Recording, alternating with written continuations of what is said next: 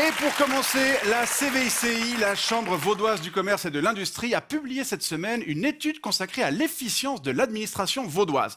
En comparant la situation du canton de Vaud avec ceux de Berne et de Zurich, elle conclut que les dépenses sociales et les subsides à l'assurance maladie y sont trop élevés, que les effectifs de la fonction publique y ont cru plus fort qu'ailleurs et que les impôts y sont trop agressifs. Des propositions sont formulées pour atteindre plus d'efficacité et pour économiser jusqu'à 250 millions de francs par an. On va parler de cette charge contre l'administration vaudoise avec vous, Michel Brice, bonsoir. Oui, bonsoir. Vous êtes médiateur cantonal adjoint au bureau cantonal de médiation administrative. Vous avez donc une vision d'ensemble sur l'administration du canton. Qu'est-ce que vous pensez de cette étude? Oh, alors j'ai été profondément meurtri. Oui, comme la plupart sans doute des collaboratrices et des collaborateurs de l'État.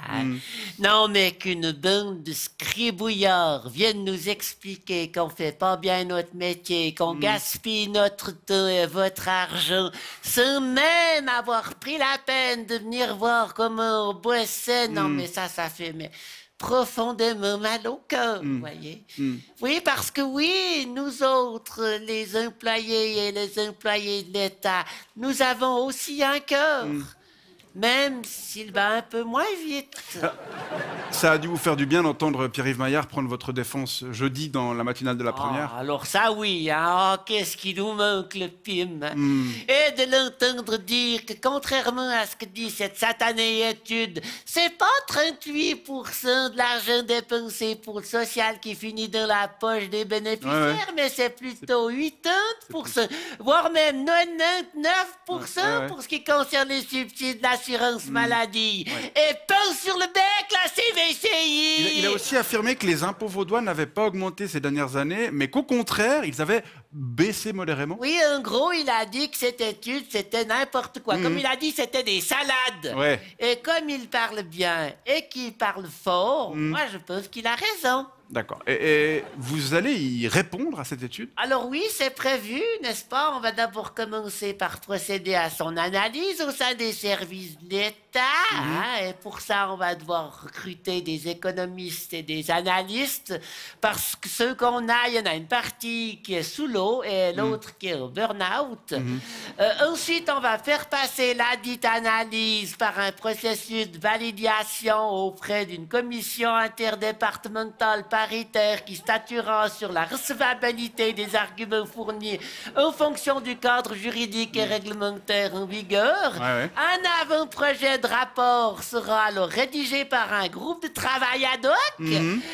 Rapport qui sera alors photocopié en 24 exemplaires, 16 pour le bureau de l'égalité qui sera chargé de vérifier que le langage épicène a bien été appliqué et 8 pour chacun des 7 secrétariats généraux des départements, plus 1 pour la chancellerie.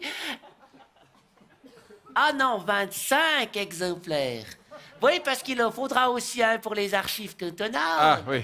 Quoique, c'est peut-être le rapport définitif qui doit leur être remis et pas le rapport intermédiaire ou la...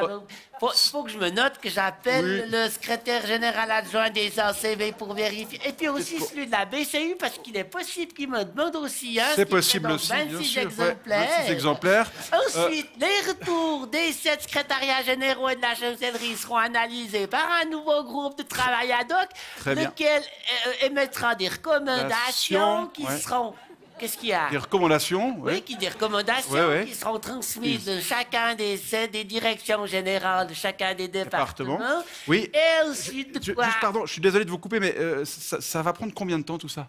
Oh, alors ça peut aller très vite, hein, vous savez. Non, l'État de Vaud est une structure dynamique et efficiente. Oui. Si tout va bien, vous aurez une prise de position officielle de la part de l'État d'ici le mois de septembre. Ah bon, déjà? 2028. Non, 2029. Oui, non, parce qu'en 2028, on doit changer toutes les photocopieuses. Bon, bah écoutez, en tout cas, on se réjouit de connaître quelles suites seront données ou pas à ce rapport des milieux patronaux. Et on vous remercie d'y avoir réagi. Michel Brice, bonne soirée. Bonne soirée.